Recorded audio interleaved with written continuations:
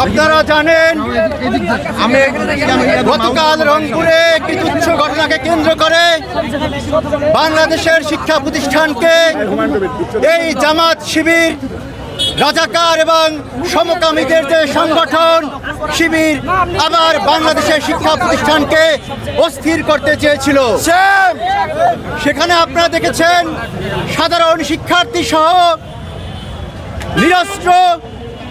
ছাত্রদলের কর্মীদের উপরে শিবিরের তাণ্ডব। তারা মনে করেছিল সেই তাণ্ডব তারা সারা বাংলাদেশের শিক্ষা প্রতিষ্ঠানগুলোতে চালাবে, কিন্তু তারা জানে না বাংলাদেশ জাতীয়তাবাদী ছাত্রদল গত 17 বছরে গুলির মুখে লড়াই করে এই বাংলাদেশ থেকে খুনি হাসিনাকে তাড়িয়েছে।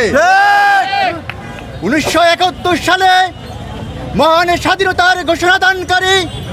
শহীদ প্রেসিডেন্ট জিয়াউর রহমানের আদর্শ ধারণকারী সংগঠন বাংলাদেশ জাতীয়তাবাদী ছাত্রদল, তারা কোনো অপশক্তি, কোনো সমকামী, কোনো রাজাকারের সাথে কোনোদিন আপোষ করেনি, কোনোদিন করবে না। তাই আলিয়া মাদ্রাসা থেকে তাদেরকে হুঁশিয়ারি দিয়ে উচ্চারণ করে বলতে চাই, জগন্নাথ বিশ্ববিদ্যালয় আজকের ঘটনা থেকে তাদেরকে শিক্ষা নিতে বলতে চাই, আগামীতে বাংলাদেশের কোনো শিক্ষা প্রতিষ্ঠানে, কোনো জেলায়, কোনো মহানগরে তারা যদি তাদের এই অপকর্ম আবারও চালানোর চেষ্টা করে, তাহলে বাংলাদেশ জাতীয়তাবাদী ছাত্রদল তাদেরকে সমুচিত জবাব দিয়ে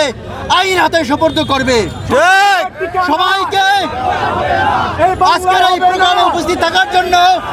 বাংলাদেশ জাতীয়তাবাদী ছাত্রদল কেন্দ্রীয় সংসদের পক্ষ থেকে ধন্যবাদ এবং কৃতজ্ঞতা জানিয়ে